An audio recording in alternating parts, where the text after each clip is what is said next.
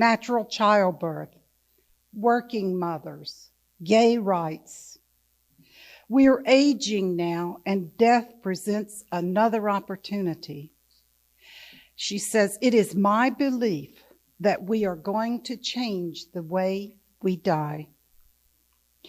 In his New York Times bestseller, Being Mortal, Dr. Atul Gawande, who is also a surgeon at Brigham and Women's Hospital in Boston, and if I'm not incorrect, that's where your son is a doctor. Is that right, Nancy? He is also a staff writer for The New Yorker, as well as a professor at Harvard Medical School and the Harvard School of Public Health. And he writes, "You don't have to spend much time with the elderly or the terminally ill to see how often modern medicine fails the people it's supposed to help. Many of the things we want for those we care about are things that we would oppose for ourselves because they would infringe on our sense of self." Older people are in part responsible for this because they dispense the decisions of making life-ending choices to their children. Ms. Goodman echoes this statement. She says, "I think there's a mutual conspiracy of silence. The parents don't want to worry the children, and the children don't want to suggest that their parents might die. The result is too many people are now dying the way they have not chosen to die, or they would have not chosen to die. Too many are the surviving children and spouses are left with the burden of unnecessary regret in addition to grief." Goodman continues, "Conversations that we should have had, we're having in the intensive care unit. It can't be about what the survivor wants. It can't be about who loved mom the most. It has to be about having your wishes expressed and respected."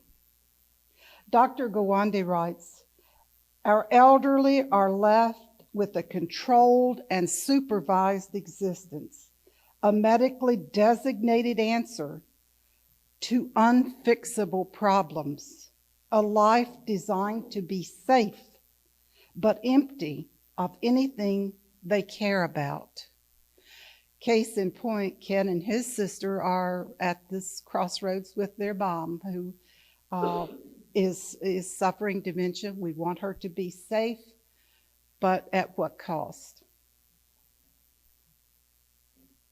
Just how do you know when it isn't safe to live alone? Dr. Gawande continues, "There's more to life than just living. We seek a cause beyond ourselves. We require devotion to something more than ourselves for our lives to be endurable. The only way death is not meaningless is to see yourself as part of something greater, a family, a community, a society. If you don't, mortality is only a horror, but if you do, it's not." As our time winds down, we all seek comfort in simple pleasures, companionship, everyday routines, the taste of good food, the warmth of sunlight on your face. He continues, "We become less interested in the rewards of achieving and accumulating and more interested in the rewards of simply being. We have a deep need to identify the purposes outside ourselves that make living feel meaningful and worthwhile. As people become aware of the finality of their life, they do not ask for much. They do not seek more riches. They do not seek more power. They only ask to be permitted, insofar as possible, to keep shaping the story of their life in their world, to make choices and sustain connections to others according to their own priorities. In the U.S., 25% of all Medicare spending is for 5% of patients who are in their final year of life, and most of the money goes for the care in the last couple of months of life that is of little apparent benefit, writes Gawande. He continues, our medical system is excellent at trying to stave off death with $12,000 a month chemotherapy, $4,000 a day intensive care, $7,000 an hour surgery, but ultimately, death comes and few are good at knowing when to stop.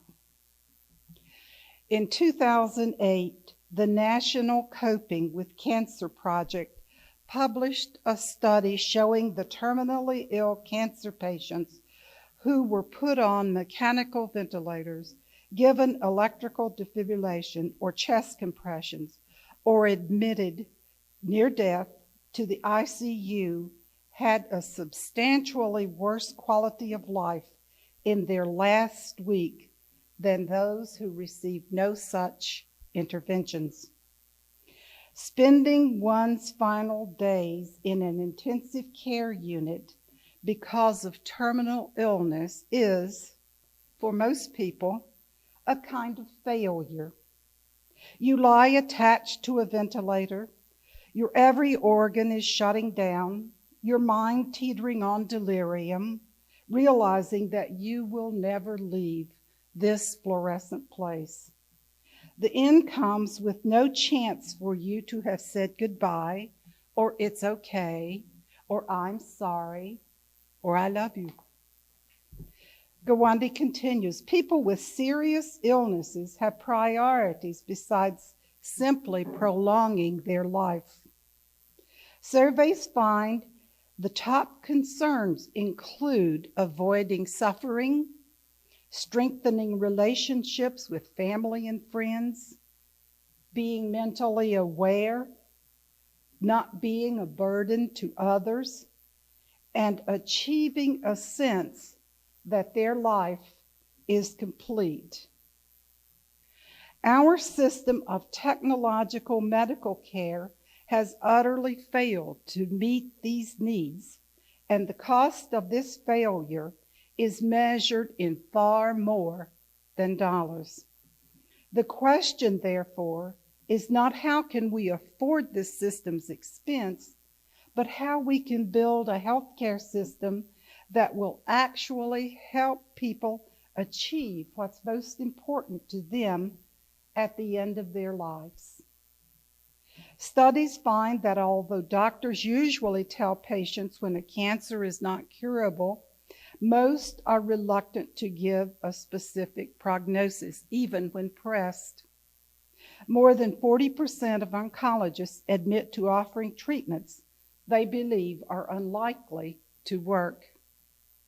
In an era when the relationship between patient and doctor is increasingly miscast in retail terms, the customer is always right. Doctors are especially hesitant to trample on patients' expectations.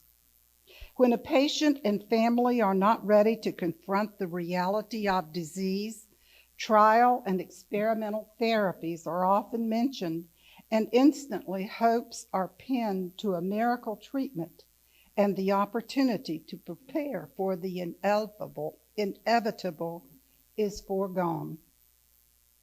Grasping at hope, a patient and family are unready to confront the reality of disease. Data shows that after a failure of second-line chemotherapy, lung cancer patients rarely get added survival time from further treatments and often suffer significant side effects.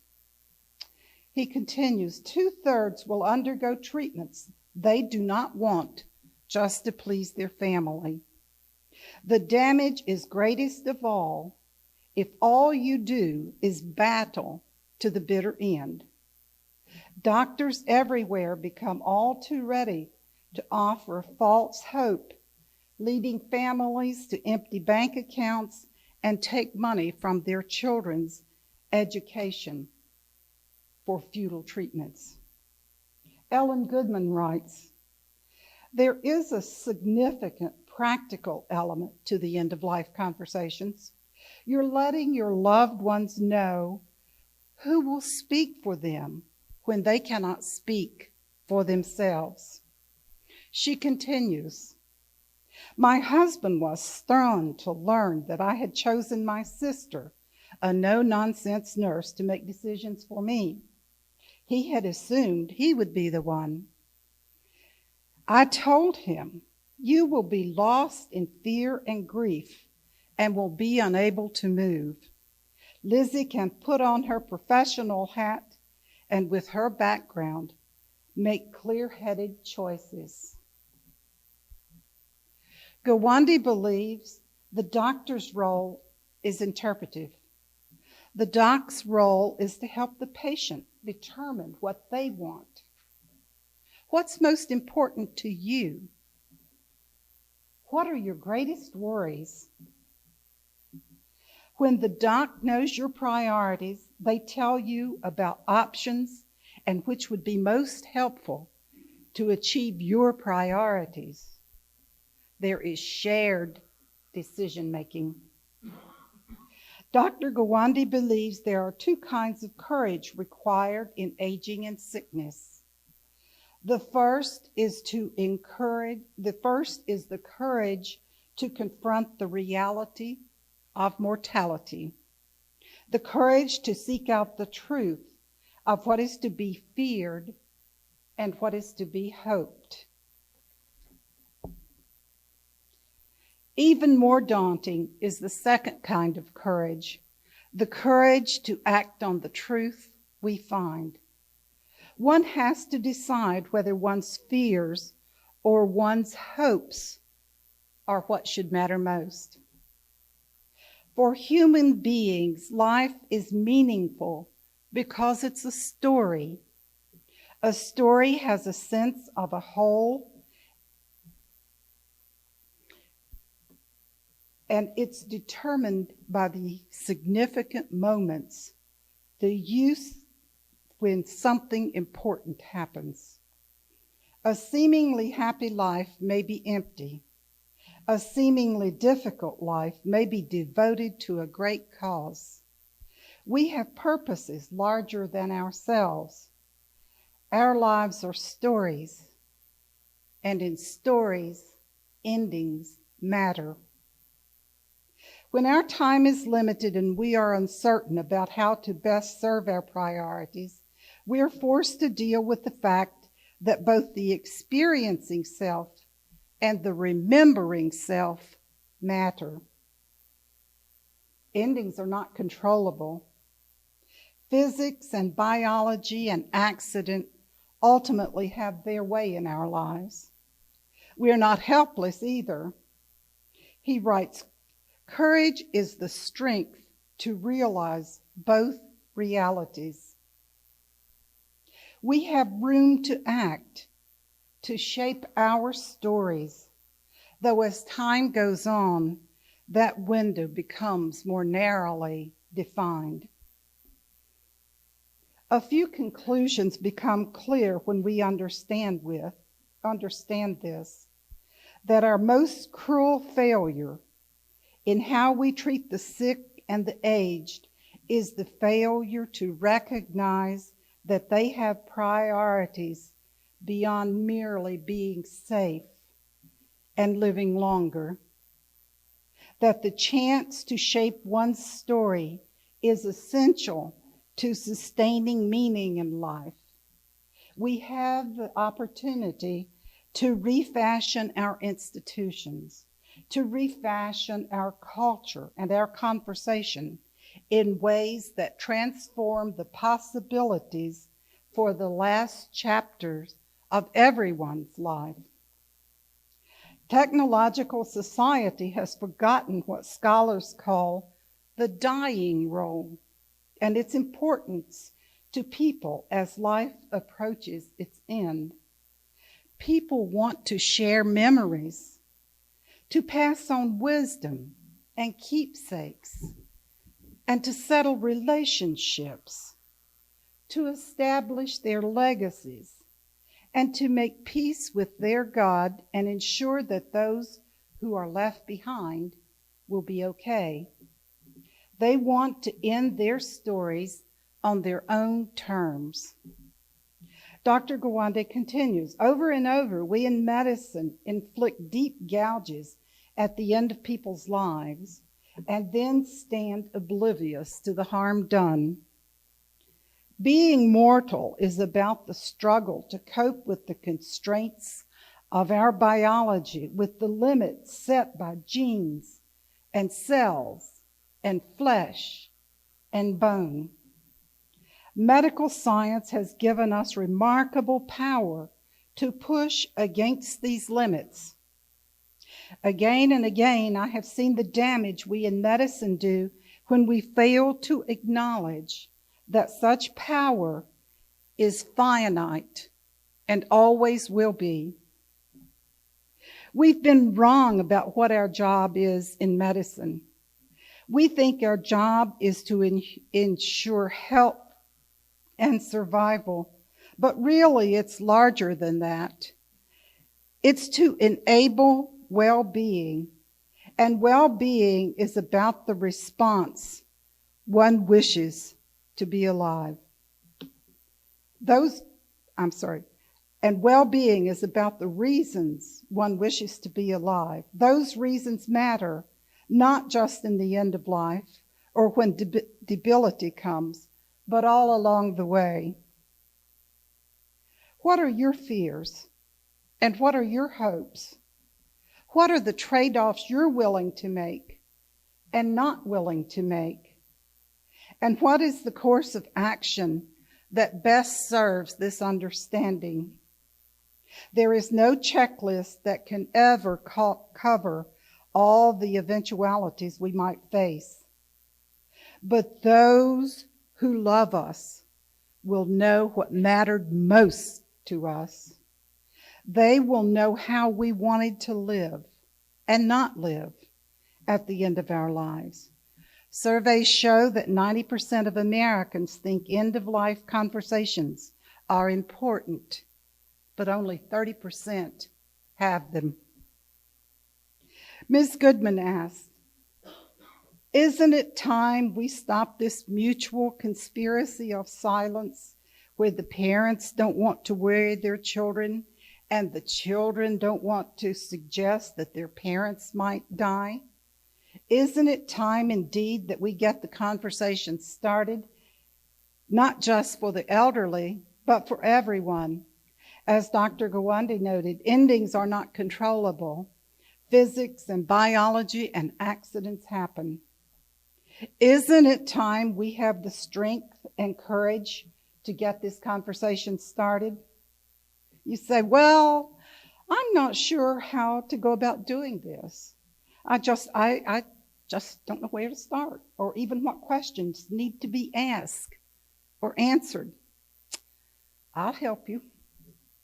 Compassion and Choice is the nation's oldest and largest nonprofit organization working to improve care and expand choice at the end of life.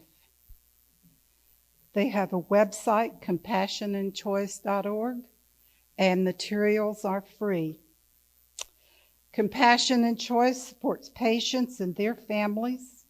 They educate the public and professionals and advocate across the nation for death with dignity. There are currently 4 states that have death with dignity laws on their books: Oregon, Washington, New Mexico, and Connecticut. Several others, including Arizona, California, Colorado, Illinois, Indiana, Iowa, Maryland, Massachusetts, Minnesota, Montana, Nevada, New York, North Carolina, and Pennsylvania are states where work is in progress to get death with dignity laws on the books. And perhaps you remember back in November when Brittany Maynard, the 29-year-old young woman who found out she had terminal cancer, brain cancer, a horrible form, chose to end her life in Oregon because of the death with dignity laws. All right, now let's get this conversation started, not just with the elderly, but among ourselves. Do you really know what your spouse or partner wants if they were involved in an accident, or if you were the one on the end of the accident? Remember, endings are not controllable.